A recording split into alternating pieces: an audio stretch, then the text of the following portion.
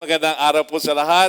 For those joining us online, saan man po kayo sa Pilipinas o sa labas ng bansa, may the Lord touch you and bless you as well.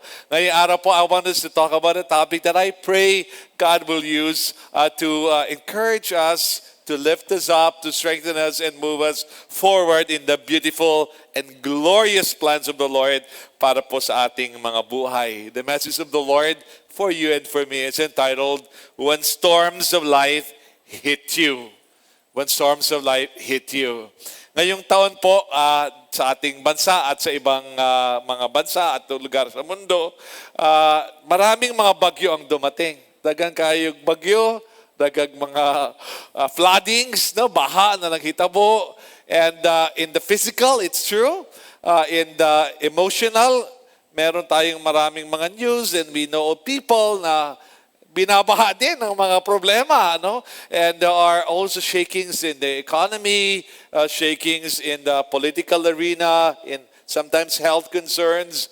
So today I pray that the Lord will speak to you and to me as we talk about the Word of God. I want to acknowledge that I'm using a material from John Maxwell, although I added again some insights here and some other ways of saying it that I pray can really, really help us. So let's go. Personal storms reveal some things. So when we go through our trials and storms, binabagyo ang buhay natin, may sakit na dumating, merong yung mga financial na mga problems na dumating, may mga inaasahan na hindi nangyari at napakalaki ng impact. We go through storms and storms reveal some things, among which are the following. So number one is the nature of my faith. When we go through storms, nakikita yung nature ng faith natin. Is it genuine? Is it strong? Or is it weak? Or is it even more of ang tiwala natin hindi kay Lord, sa sarili natin? Masyado tayong believe sa sarili. And maybe that's why nahihirapan tayong mag-overcome. Number two, it's the strength of my commitment. When we go through storms, nakikita yung level ng commitment natin, commitment to God. And then, kung ang storm tumama sa pamilya natin, commitment sa pamilya natin. Natitest yun. Kung the storm has to do with the ministry or the spiritual life, then our commitment to the Lord is also shown. Number three, the level of my maturity. Pag meron tayong dinadaanan na mga bagyo, nakikita kung mature na tayo or hindi pa. Kung grabe pa tayo ka-immature or whatever, lumalabas, no? Usay, mabalan ginbaya kay grabe ta mga away, no? Kung maagit ang mga pagsulay, kalaban natin lahat. Minsan pati yung aso at pusa natin, kawawa talaga. Okay. And so, we need to reflect on that and make some changes as necessary. Number four, the healthiness of my attitude. Yung ating attitude, kung healthy ba or unhealthy. Kung mabilis masyado tayo mag-rant. Saka social media, kung anong pinaglalagay natin, please, okay? Enough na ang dami ng problema mo. Huwag mo nang ilabas sa social media, kaya ang buong mundo nang makaalam. Okay? And then, so of course, again, if you did that, there's grace from God, okay? There's grace from the Lord. What I'm saying is, we need to sometimes act with more self-control. But anyway, ang attitude natin is revealed, positive, negative, more about self, or more open to others, to God, mga ganon. Number five, the measure of my teachability. Kung teachable ba tayo? Lessons can be learned from so many things in life, including storms. Kung na mauyog-uyog sa atong relationships, sa pamilya, sa health, sa finances, na yung mga lessons usually ma-learn diha. And we can really benefit a lot from negative situations if we're teachable. Pero daga mga tao, di mo sila teachable. No, dili ka malumaminaw ba, no? So if we know how to listen, if we know how to reflect, if we're open and teachable, then we can really be better instead of bitter when we go through trials. The Lord Jesus had an experience with His disciples na binagyo yung bangka nila. Una yung disciples muna, tapos humabol si Jesus. So let's talk about that storm and learn things that can really help us. That story is in the Gospel of Matthew as well as in the other Gospels in the New Testament. But let's take the one from Matthew 14, beginning with verse 22. The Word of God says, right away, Jesus made his disciples get into a boat and start back across the lake, but he stayed until he had sent the crowds away. Then he went up on a mountain where he could be alone and pray. Later that evening, he was still there. By this time, the boat was a long way from the shore. It was going against the wind and was being tossed around by the waves. A little while before morning, Jesus came walking on the water toward his disciples. And when they saw him, they thought he was a ghost, and they were terrified and started screaming. And once Jesus said to them, "Don't worry, I am Jesus, don't be afraid." And I believe the Lord is saying to some of us, maybe many of us, don't worry, don't be afraid. Anyway, verse 28 says, Peter replied, "Lord, if it is really you, tell me to come to you on the water." "Come on," Jesus said. Peter then got out of the boat and started walking on the water toward him. Amazing, no? Verse 30, but when Peter saw how strong the wind was, he was afraid and started sinking. "Lord, save me," he shouted. And right away, Jesus reached out his hand. He held Peter up and said, "You surely don't have much faith. Why do you doubt?" When Jesus and Peter got into the boat, the wind died down. The men in the boat worshiped Jesus and said, "You really are the Son of God." So imagine mo, grabe nga experience, and that's the story that's very rich in meaning and application for us. So let's talk about what we can learn, and may it encourage us today, okay? So first, let's realize that every person goes through personal storms. Tanang mga tao na ay ginagian, na ay maagian, samtang buhi pa ka, na ay mga bagyo nga pwede mo abot sa imong kinabuhi. It doesn't matter if you're godly and prayerful. It doesn't matter if you're wise and therefore avoid many problems that come to other people. Nagyod gihapon bagyo nga moabot sa imo, nagyapoy kuso-kuso nga moabot, nagyapoy mga pagsulay nga pwedeng mahitabo. Storms, problems, difficulties, trials come to all of us. No one is exempted. Okay? So, sa akin, I don't know, maybe some of you say, si Pastor, parang wala mong problema yan. Marami rin akong problema. Parang di ba binabagyo? Hindi, binabagyo din ako. I would acknowledge that, and the others, I believe, can say the same thing. So, naibagyo nga mo abot, and normal lang na siya. Samtang buhi pa ka, normal lang yan. Kuha lang yan, spices ng buhay yan. Okay? Parang di naman boring ang buhay. Kung flat lang lahat, boring ang buhay. Kung may trial, tapos nanalo tayo, ay masaya ang buhay. Alright. Okay, some storms come because we are out of God's will. So, na yung mga bagyo nga moabot, kuso-kuso, trials that seem to overwhelm us, and sometimes they happen because we are outside of the will of God. Dili tagab, sunod sa kabubuton sa Ginoo, buot-buot kaayo kita, no? Sometimes we go through storms because we are disobedient to the Lord. And so, kung nakiginagian karon nga mga kuso-kuso, then again, teachability, attitude, think about it, pray about it, reflect. Lord, bakit nangyayari ito sa akin? Ba't nila ginawa sa akin yon? Sometimes some people treat us badly and we say, you are very quick to point. Pero baka pala, meron ding mali sa atin. Baka tayo nag-provoke actually, etc. So anyway, we need to really allow the Lord to speak to us. And kung mayroong error in disobedience, hindi tayo condemn ni Lord. Pero gusto ni Lord, magbago tayo. So i-realize natin, okay, ay tama, mali yung sinabi ko, mali yung ay tama, hindi pala ko dapat sinabi yun at sobrang galit niya, ganun ang reaction niya, etc. Okay? No, so may mga storms na dumadating because we are outside of the will of God. So in the Bible, may example si Jonah. Jonah, merong book sa Bible, ang pangalan Jonah. Nakwento doon na God commanded him. He was a prophet, no? He was supposed to speak God's words. Inutusan siya ni Lord, ayaw niya. Ayaw niyang sumunod, okay? And as a result of that, God sent, certain things to happen. Nagkaroon talaga ng bagyo, etc. And, nangyari lahat yon. Kinain siya ng whale or the big fish. All of that happened because nawala siya sa will ni God, nag-disobey siya. Sa 1 Corinthians chapter 11, meron ding sinabi doon na, for this cause, many of you are weak and sick, and some have died. 1 Corinthians 11:30. Okay?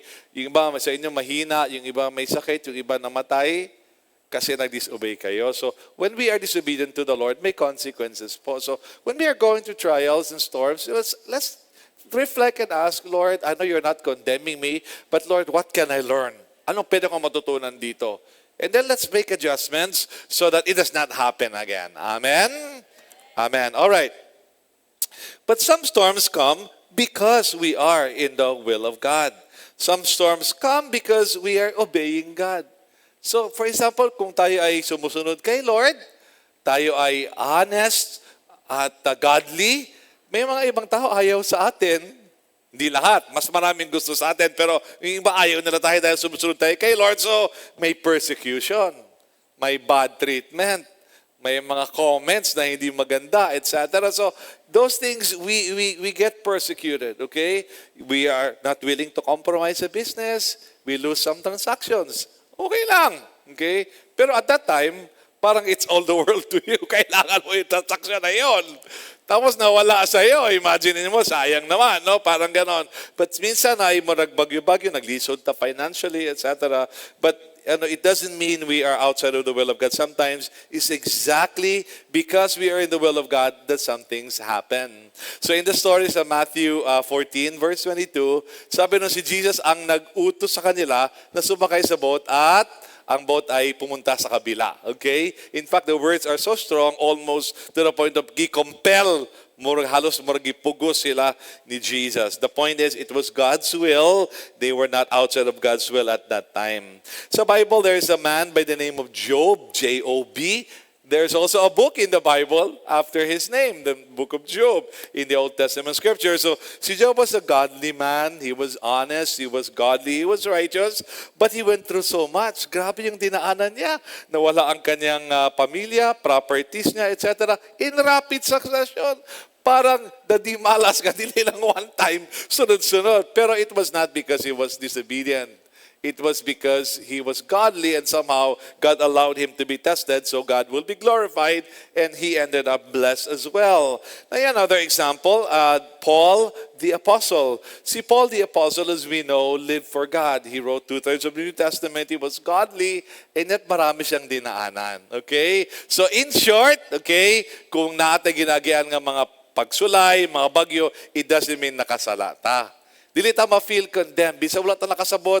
Lord, nga nung nahitabo ni, dili ta ma-feel na condemned ta. No, we just allow ourselves to learn, to reflect, and then let God speak to us. Okay? But it doesn't necessarily mean na we are outside of the will of God. Sometimes we're right in the center. We're really on time, walking with God in step, and yet storms happen.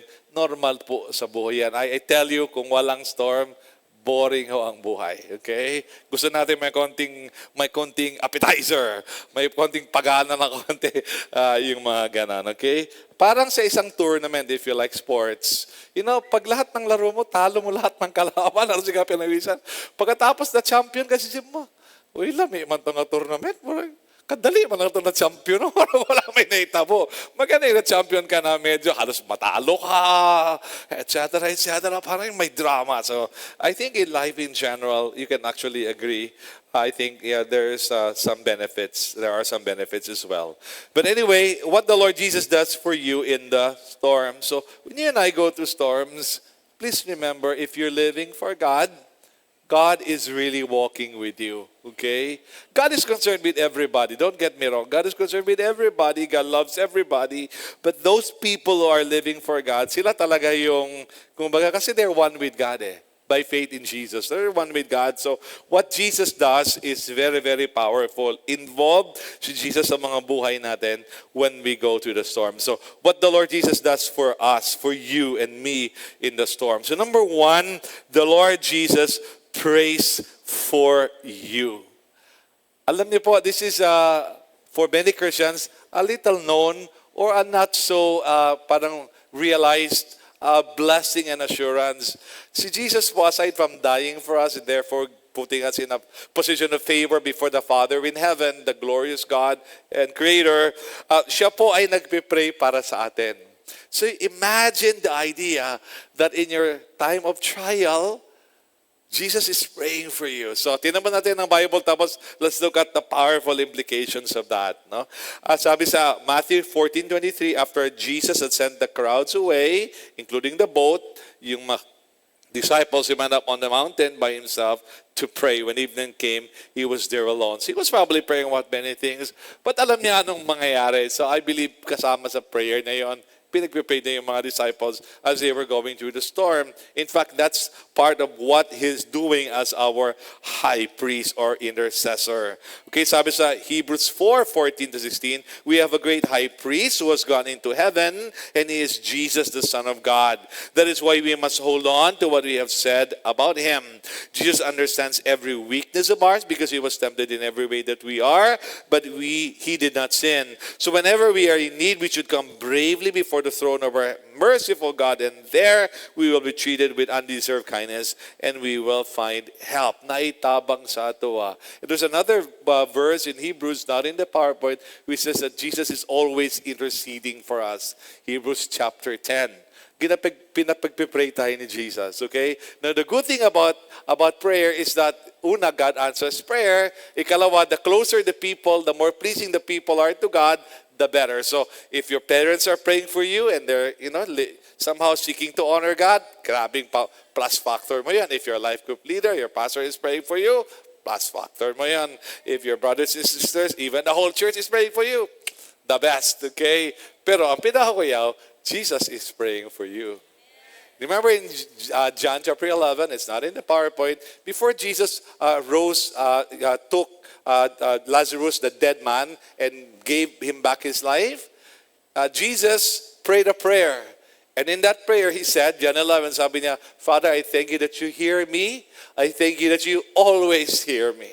Walang prayer si Jesus na nireject ng Father in heaven kasi perfectly right ang relationship nila. So imagine when you go to trial and Jesus is praying for you, anong sagot ni Jesus? Anong ng Father kay Jesus? Siyempre, okay, good. So when you're going through trials, whether health, pera, family, and so on, pag-pray mo, sabi ng Father kay Jesus, ano man, okay ba to? I-go ba natin to? Sabi niya, yes, please say yes. Approve it. Bless. Sabi niya, okay. Sabi niya sa angel, release the blessing. Bless. Okay? Jesus is praying for you. What an amazing assurance and confidence we have in the Lord. Amen? Tell someone, Jesus is praying for you. Amen. He is our intercessor, our high priest. All right? Number 2, the Lord Jesus comes to you. Okay? Muadto sa say umuha, tabangan kaniya, etc. Know when storms of life hit you, the Lord Jesus is not unconcerned or distant, but He comes to you. So, dili siya ka na ganing mga tao na paasa lang, daggang kaigsaad ang mga saad, up to the heavens. Ang actual na buhatan, as kang gamaya, okay? But God is not like that. Jesus is not like that, okay? He promises and then He comes and He helps. Okay, during the storms that hit your life, know that the Lord Jesus is not an aloof or distant God, but He enters into your storm. Kung asa ka, naa siya diha mismo. Please understand, okay? When you read the Bible, please understand the patterns, okay? For example, when Shadrach, Meshach, and Abednego, 3 faithful servants of God, were thrown into the fire, saan si Jesus? Sa labas lang? Hindi, pumasok siya doon sa apoy. Amen? Ngayon, ang bagyo na doon sa area nila, doon sa boat, pumasok din si Jesus doon. Amen? So Jesus comes to us, He enters our areas of storm, and He is available for you and me.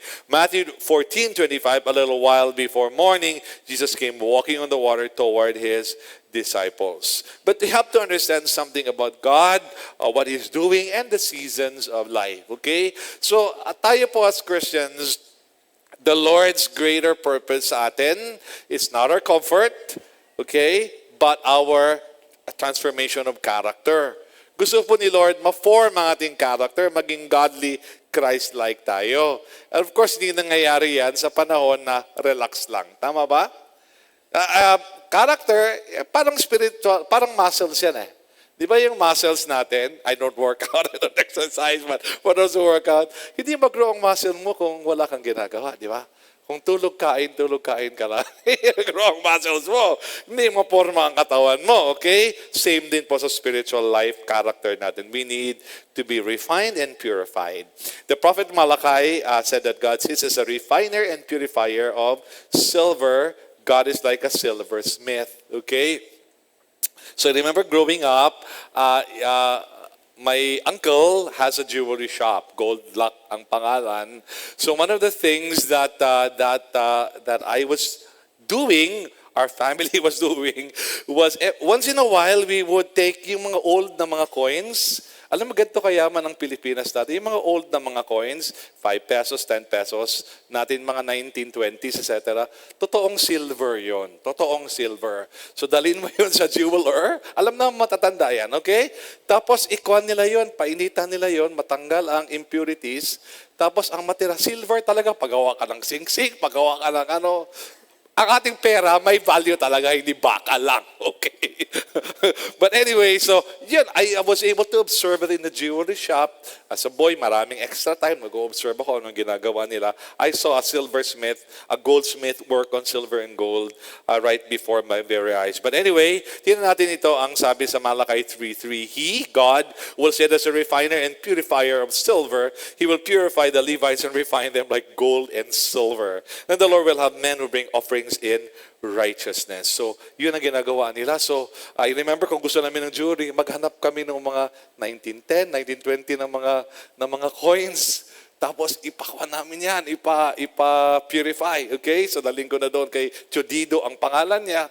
Tapos, ilagay na yan doon sa isang parang cup na, na bronze or something. Tapos, paapuyan niya. Tapos, mag-separate yung, yung impurities from the silver or, in the case of gold, from the gold. So, ito yung sabi ng silversmith sa kanyang ginagawa to purify the silver. Sometimes gold. Sabi niya, I must sit with my eyes steadily fixed on the furnace, the fire.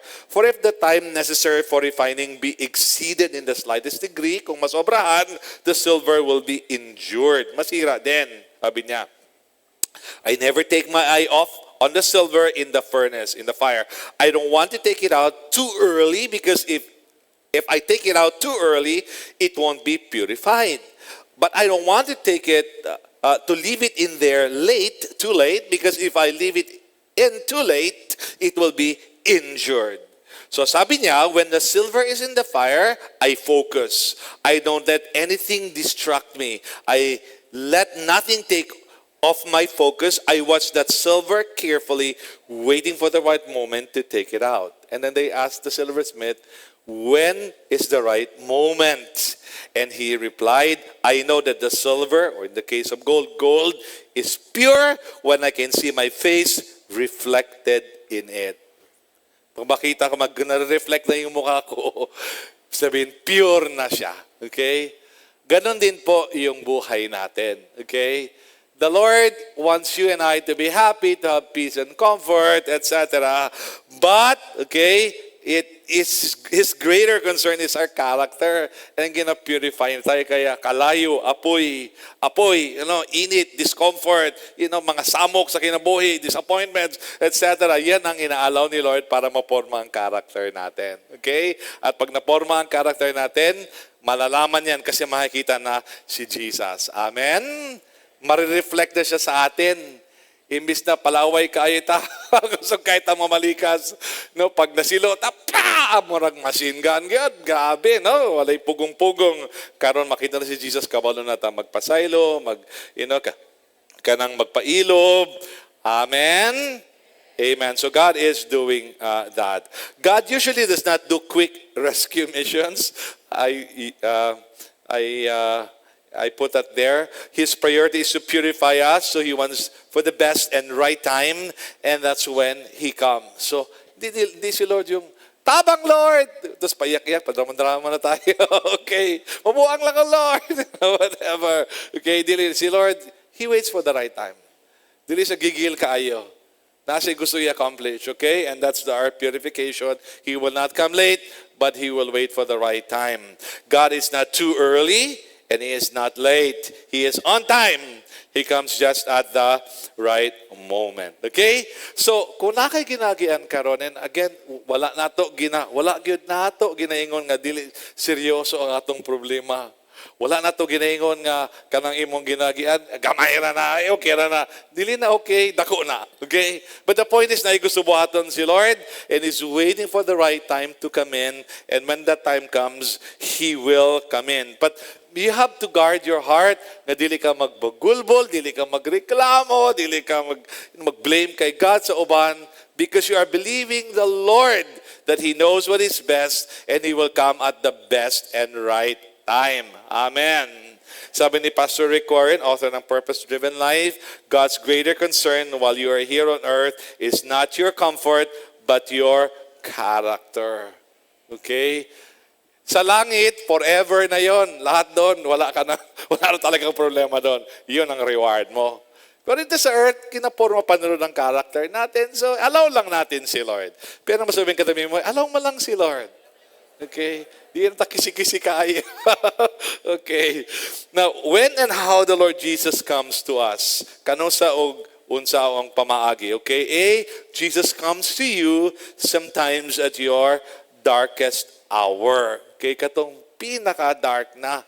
Pareho ba tong silver or gold? Itong init na kaayo nga, doon na siya madaot.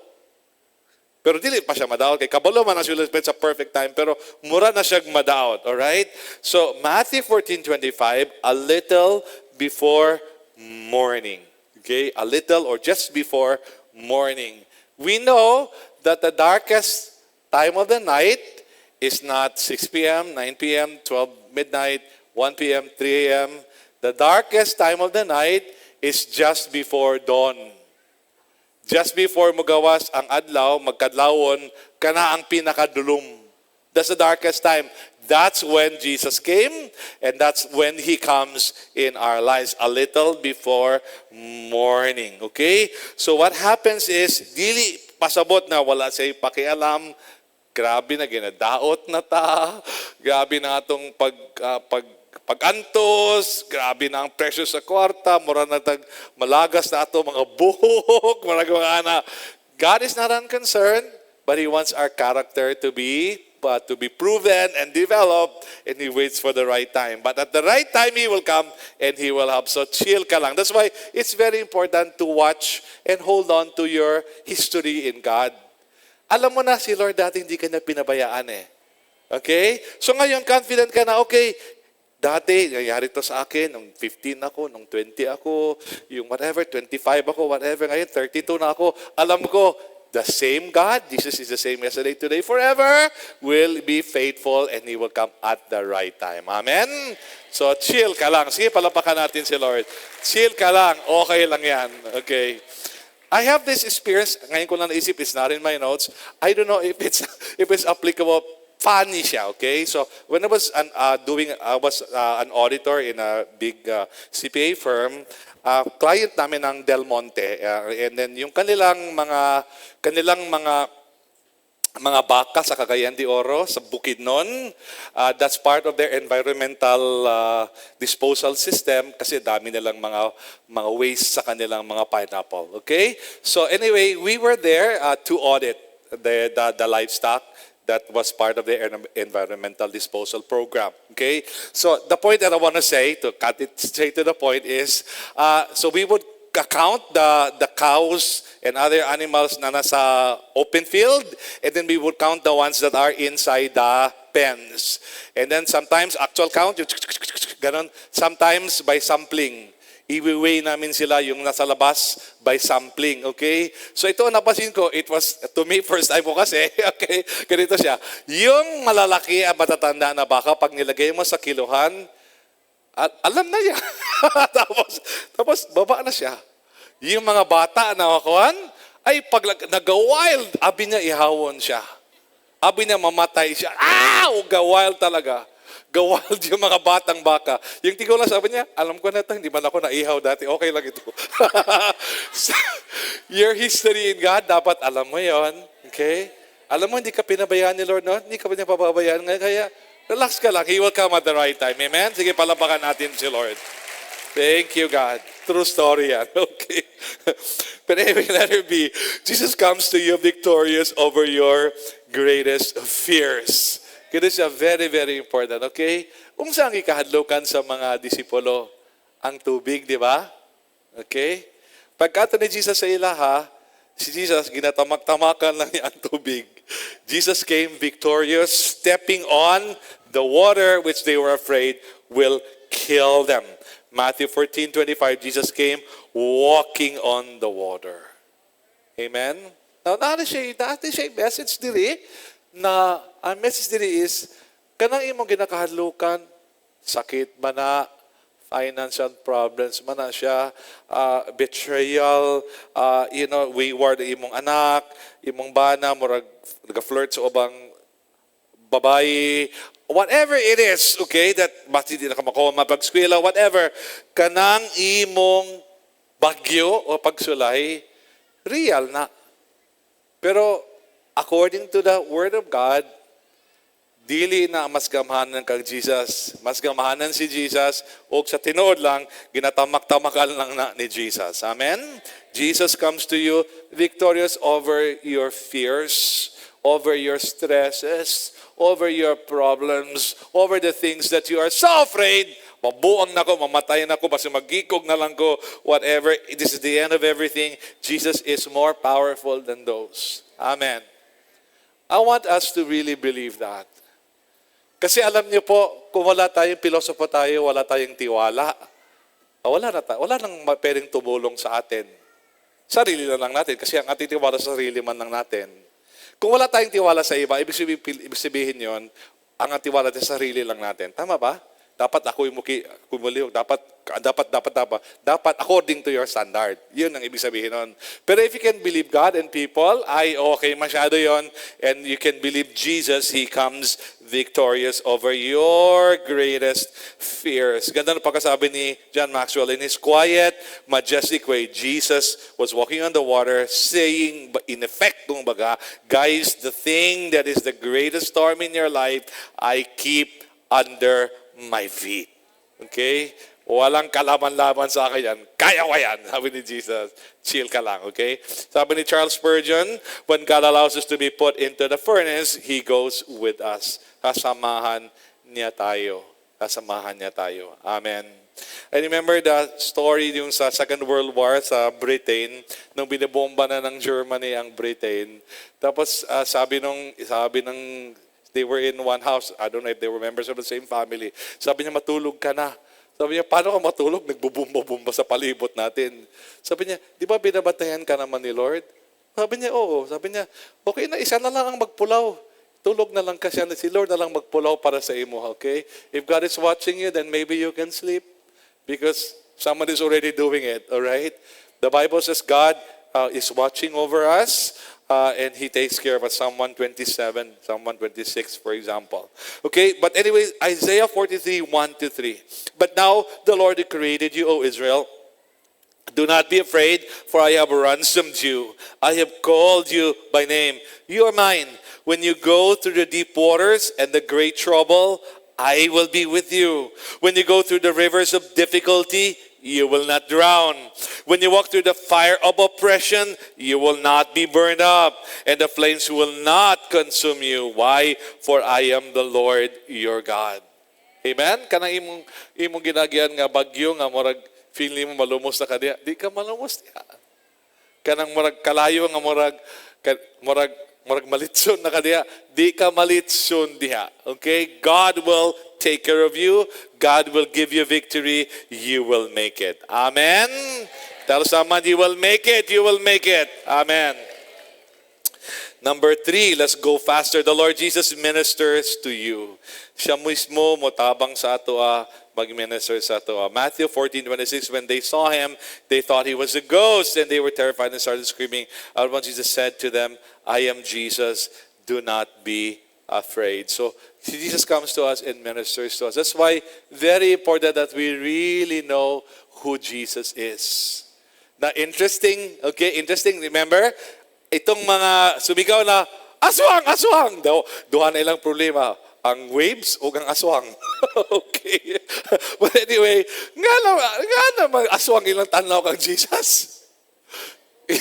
You can come to church, you can be a Christian, but not really know Christ in a deeper way. And because of that, you can get scared, you can get shaken. What if you really know Jesus in a deeper way, okay? In a real way, as to who He really is, hindi ka basta-basta mauyog. Amen? Si Peter, una may faith siya in the story. Di ba? Nakalakad siya sa tubig si Peter, di ba? Kasi nagtiwala sa kay Jesus. After a while, nung nakita niya yung waves, nag-isip siya, nag-utak-tao siya. Okay? Can I tell you, tell someone beside you na lang, huwag ka mag-utak-tao. Okay? Because in the story, okay, not in the PowerPoint, but in the story, we did it earlier, for as long as Peter was looking at Jesus, okay, he was walking on the water, miraculous life. When he saw the wind, meaning, nilipat niya ang kanyang attention from Jesus to the problem, doon siya nagsing. Okay? Hindi niya kilala na, pwede sana yun na, uy, kalaki ng wave, pero mas malaki si Jesus, kaya okay lang, padayon lang walk on water. Please know your Jesus. Please know your God. Know that He loves you. He takes care of you. He will help you. Kayang-kaya niya yung mga daanan mo. You are victorious. You can walk on water. You will have the victory. Amen? Amen. Sige, so I'm trying to shorten for the sake of our time. All right. Romans 8:28, for we know that all things work together. And that means itong mga gina-go through natin will produce good things instead of bad things. You don't need to know all the reasons why you're going through what you're going through. Just be confident that God is in control and you're going to be okay. Amen. The longer I am a Christian, the longer I'm following the Lord, the less I feel a need to understand what's happening, to control what's happening, okay, and to explain what's happening. So, ang gina-worry, please, I'm not saying I'm perfect. All I'm saying, ang gina-worry ko na lang, more often than not, is am I really walking with God? Because if I'm walking with God, even if I don't understand what's happening, I know I'm going to be okay. Because God will never leave me nor forsake me as He promised. Amen? And all things work together for good. Okay? Sabi nga sa Job 1:21, the Lord gave and the Lord has taken away. Blessed be the name of the Lord. Kung may mga pagsubok, temporary setbacks, walang problema, babalik at babalik yan sa atin. And by the way, si Job, we know from the story, in the book of Job in the Bible, later on, after he suffered, the Lord rescued him. Not only that, the Lord restored what he lost. Not only binalik, na doble pa. He was the richest man in the East, that part of the world, at that time, before the trials came. He was really the richest after. Kasi na doble pa yung blessing niya. So, huwag kang matakot. The Lord may take, okay? But the Lord will give back. Huwag kang matakot, okay? Basta sunod lang kay Lord, tiwala lang kay Lord. Amen? Tapos naman, tiwala lang kay Lord. All right, and then let's go to the end of the story. Okay, Matthew 14:32. And when Jesus and Peter got into the boat, the wind died down, and the men in the boat worshipped Jesus, and they said, "You really are the Son of God." Nagkaroon sila ng fresh experience and revelation of who Jesus is. And I think it's in Matthew or another gospel where it says, parang immediately their boat landed kung saan sila papunta. So, sabi niya ba, semantic lang ba yun? Or could it be a matter of, namilagruhan ba, na nahasol na sila, na-delay na sila sa bagyo. So the Lord expedited everything. Nakaabot sila dahil silang destination. Nakalit na turboy lang. Turboy lang. Ilang bangka. But anyway, whether that happened or not, they realized and experienced Jesus as the Savior, not just from sin, but from our problems. So nakita nila, grabe ang power ni Jesus, and they worship Him, and they said, yeah, you really are the Son of God. I'd like to encourage you as we're beginning to wrap up. No, I don't know what your problems are. I don't know what your storms are. And of course, as a pastor, I know many of the issues that are and concerns. I know yung iba may ginadaanan na financial problems, seryosong problema. Alam ko yung iba, umaabot na sa level na may mga kaso na. Alam ko yung may ibang mga health problems na pabalik-balik. Yung iba, they just have storms as events, one-time events. Pero yung iba, ang storms sila, season na. May nagsunod-sunod. Parang walang katapusan, parang ganon. I don't know what your troubles are. I don't know what problems you're discovering. I don't know what things that you may be going through.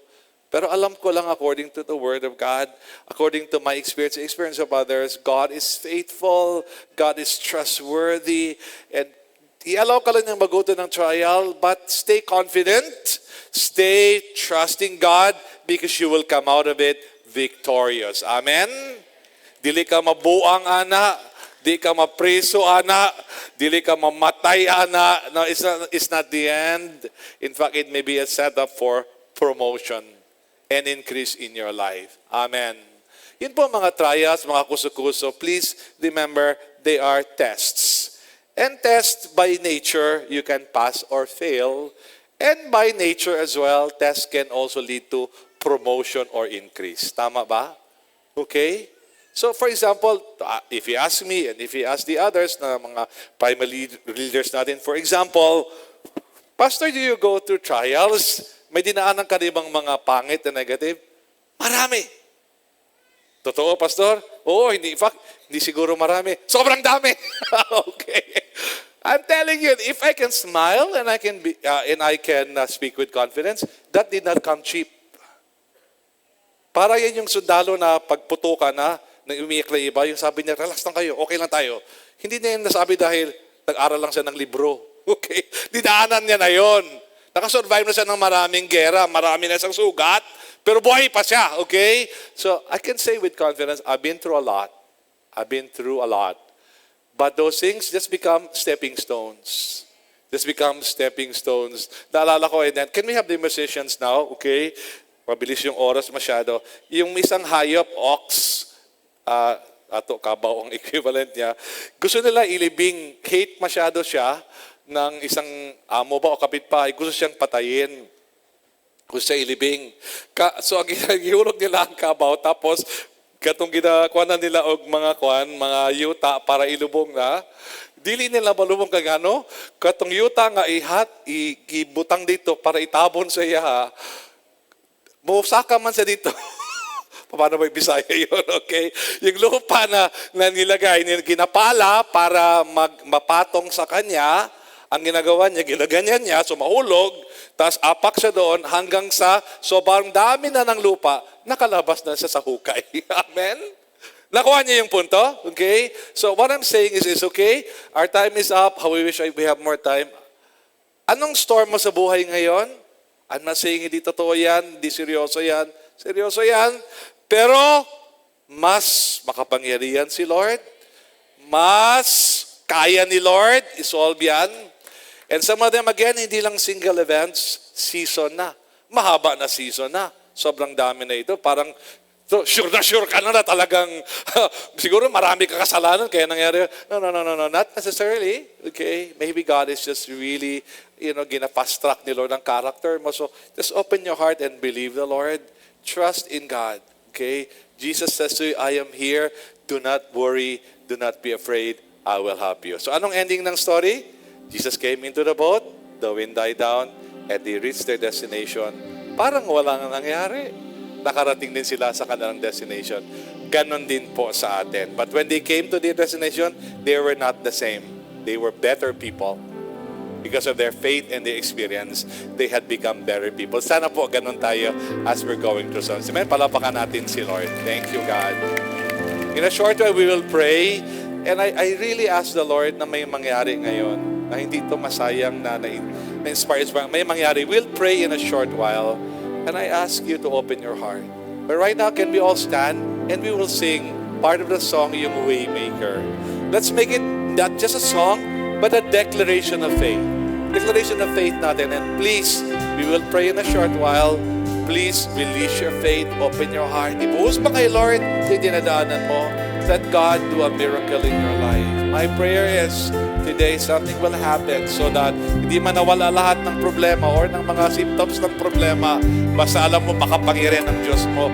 Panalo ka dahil yan siya kasama mo. Amen? Amen. So palapakan natin si Lord. Let's sing portions of that song and then I will pray to the Lord.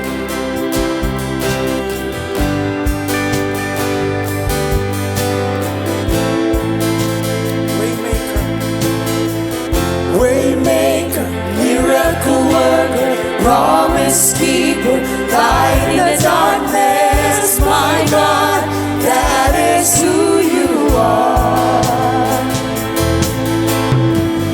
Waymaker, miracle worker, promise keeper, light in the darkness, my God, that is who you are.